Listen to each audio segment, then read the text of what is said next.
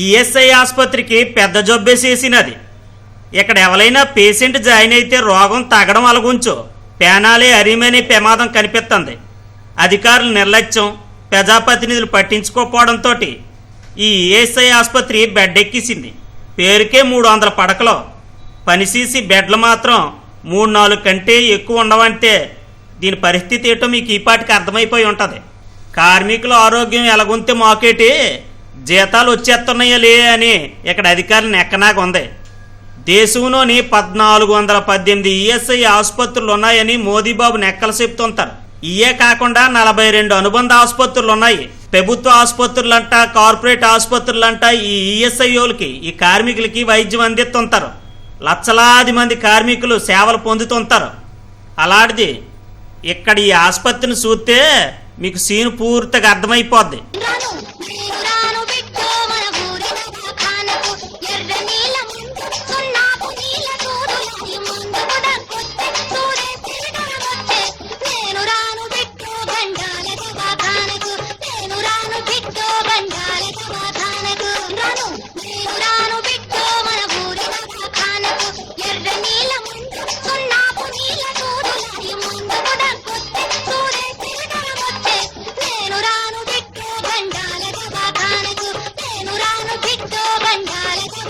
శ్రమజీవులకు సుత్తి చేస్తే వైద్యం చేయించుకోవడానికి ఎట్టిన ఈఎస్ఐ ఆసుపత్రికి పెద్ద జబ్బు వచ్చినది. ఇదిగోటి ఈ ఆసుపత్రిని చూస్తే బందిలతోటి నాకు తయారయ్యింది. కార్మికుడు అంతే మన నీడర్లకి ఎక్కడ నేను ప్రేమ కారిపోద్ది. ఆ కార్మికుడికి వాళ్ళ కుటుంబంలో ఎవరికైనా జబ్బో జ్వరమో వచ్చి ఈ ఆసుపత్రికి కానీ వెళ్తే ఉన్న రోగం సంగతి అలగుంచో కొత్త రోగం వచ్చేయడం గ్యారంటీ నాకుంది.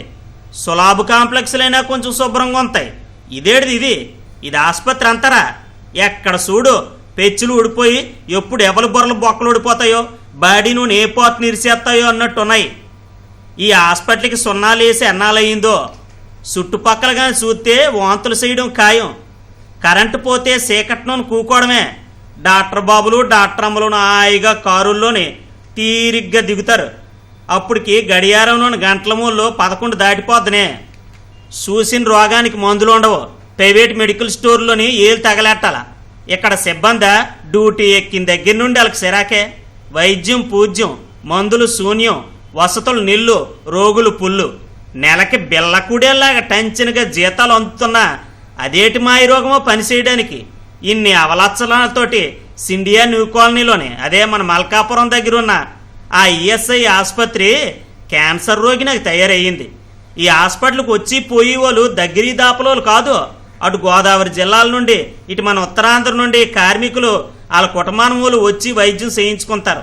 ఎన్నాళ్ళు ఈ ఈఎస్ఐ ఆసుపత్రి అంతే మంచి పేరు వెళ్ళిపోయింది. 3 సంవత్సరాల కాని నుండి దీని దిక్కు దివానం చూసినోడు ఎవడు నేడు. 1948 యాక్ట్ ప్రకారం దేశం మొత్తం మీద కార్మికుల కోసం పెట్టిన ఆసుపత్రులంట కష్టజీవులు వైద్యం పొందుతున్నారు. వాళ్ళ కష్టార్జితం నుండి సొమ్మెడతారు. దీనికి వాళ్ళు పనిచేసే ఓనర్ కొంత ఇస్తాడు, స్టేట్ కొంత, సెంట్రల్ కొంత ఈఎస్ఐ కార్పొరేషన్కు సొమ్మిస్తే ఆ సొమ్ముతోటి చక్కని వైద్యం చేయడం మానేసి ఆ సొమ్మును అందరూ కలిసి దిగమింగేస్తుంటారు. నాకు ఉంది 1.75% కార్మికుడి వేతనంలో నుంచి కడితే 4.75 ఓనర్ కడతాడు. 1/8 వంతు స్టేటు, 7/8 వంతు సెంటర్. ఇలాగ పోగేసిన సొమ్ముతోటి వైద్యం చేయడానికి ఏం మాయి రోగం అని కార్మికులు అంటారు. 300 బెడ్డలు ఉన్నాయని గొప్పలు చెప్పడమే, 3 బెడ్లు కూడా తినకుండవు. ఇక్కడ ఇచ్చి భోజనంగా తింటే ఆసుపత్రి నుండి అట్నిడటే నూకల బియ్యమును, కందిపప్పు జాడనేని సాంబారును. ఈ హాస్పిటల్లోనే కుక్కలు కూడా తొంగడానికి ఇష్టపడవు. ఫెసిలిటీస్ అంత గొప్పగా ఉంటాయి. మరి ఉదయం 9కి కానీ ఆసుపత్రికి వస్తే సాయంత్రం 4 గంటలకు కానీ తిరిగి వెళ్ళడవుడును. టెస్టుల కోసం గంటల తరబడి ఉండిపోవాలా. పెద్ద హాస్పిటల్కి రిఫర్ చేయాలంటే కాగితాలు ఒట్టుకొని తిరిగేసరికి రోగం తిరగబెట్టేద్ది. పేషెంట్ కోసం తిరిగినోళ్ళు ఇన్ పేషెంట్లు అయిపోతారు. వీటన్నిటి మీదనా డాక్టర్ సూపరింట్ అమ్మని అడిగితే శీలానగర్ నన్ను కొత్త బిల్డింగ్ కడతాన్రో అప్పుడు దాకా ఈ పొర్రాకులు తప్పవంతన్రు. రిపేర్ చేయించడానికి ఈ బిల్డింగ్ ఆల్రెడీ లీజ్ అయిపోయిందండి. Own building ESI corporation construct చేస్తుంది శీలానగర్లో. అది ఆల్రెడీ స్టార్ట్ అయింది. ఫౌండేషన్ స్టోన్ కూడా వేశారు మినిస్టర్ గారు వాళ్ళు. అయితే అది కన్స్ట్రక్ట్ అవ్వడానికి కొంచెం టైం పడుతుంది కాబట్టి బిల్డింగ్ పరిస్థితి ఇలా ఉంది. దీని లీజ్ అయిపోయింది కాబట్టి ఇంకొక వేరే బిల్డింగ్ రెంట్కి ఒక 35,000 to 60,000 ఎస్ఎఫ్టీ లోపున వాళ్ళు తీసుకుంటున్నారు. ఆ బిల్డింగ్ అది ఫైనల్ అవగానే అవి ఈఎస్ఐ కార్పొరేషన్ చూసుకుంటారు అవన్నీ. అది ఫైనలైజ్ అవగానే ఈ బిల్డింగ్, ఈ హాస్పిటల్ ఆ రెంటెడ్ బిల్డింగ్లోకి షిఫ్ట్ అవుతుందండి. అక్కడ నుంచి కన్స్ట్రక్ట్ అయిన తర్వాత ఓన్ న్యూ బిల్డింగ్లోకి హాస్పిటల్ షిఫ్ట్ అవుతుంది. అక్కడ కట్టేసి ఎరగబడిపోయింది ఏదో శిలాఫలకం వేసినారు. కేంద్ర కార్మిక మంత్రి మన తెలుగోడే బండారు దత్తాత్రేయ ఆ శంకుస్థాపన చేశాడు. ఆ శంకుస్థాపన రాయి ఎక్కిరెత్తంది. మన ఎంపీ హరిబాబు గారు వైద్యం నా ప్రయారిటీ అని స్పీచ్లు దంచేస్తుంటారు. ఎప్పుడు ఇటుకా చూడలేదు. అదే జనం అడుగుతాం. ఈఎస్ఐ హాస్పిటల్ నుంచి గత 40 సంవత్సరాల నుంచి కూడా మంచి వైద్యం అందేది.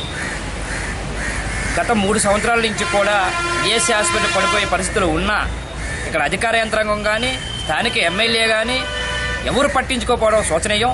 ఈరోజు ఇక్కడ ఈఎస్ఐ హాస్పిటల్లోని సుమారుగా 3,000 నుంచి 4,000 రూపాయలు ఒక కార్మికుడి దగ్గర ప్రతి కంపెనీ కూడా తీసుకోవడం జరుగుతున్నది.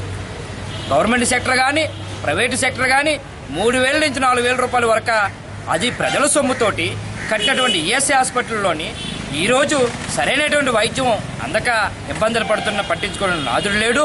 పేరుకి మాత్రం 300 బెడ్లు ఉన్నాయని అంటున్నారు తప్ప కానీ ముచ్చటగా 3 బెడ్లు కూడా కనీసం శుభ్రంగా కూడా లేవు. రెస్పాన్స్ కూడా లేదండి. ఏమిటంటే వాళ్ళు పాపము దిక్కు తోసక ఈఎస్ హాస్పిటల్ కార్డు పట్టుకొని ఇక్కడికి వస్తే ఇక్కడ ఆ యొక్క ఉంటున్న సర్వెంట్ కానీ లేదా అక్కడ వాచ్మెన్ కానీ అమ్మ ఈ వార్డుకి వెళ్ళాను కానీ లేకపోతే ఈ వార్డుకి వెళ్ళాను కానీ చెప్పే పాపం లేదు. హలో లచ్చనాన్ని ఇక్కడ ఏడుతూ బాబు నాయన నిన్ను అడిగితే ఏమి మాకు తెలియదు లైన్లో ఉన్నాడు. గజేస్తులు ఎంచేదంటే పశువులాగా కుక్కలంతా హీనంగా చూస్తున్నారు ఇక్కడికి వచ్చిన పేషెంట్లని. ఆ శిలానగర్లోని బిల్డింగ్ ఎప్పుడు పూర్తవుద్ది? ఈ కార్మిక సోదరుల రోగాలు ఎప్పుడు బాగుపడతాయి? ఈఎస్ఐ ఆసుపత్రులను ఉద్ధరించేస్తామని ఒకదంచడమే తప్ప ఎవడికి పట్టడం లేదు. స్థానిక ఎమ్మెల్యేలు అటు చూసిన పాపాన పోవడం లేదు. ఇలాగే ఉంటే కార్మికులు గాని కన్నెర చేస్తే ప్రజలకు సేవ చేసి ఆ కుర్చీలున్నాయి చూసా, అవి కూలిపోతాయి. జాగ్రత్త.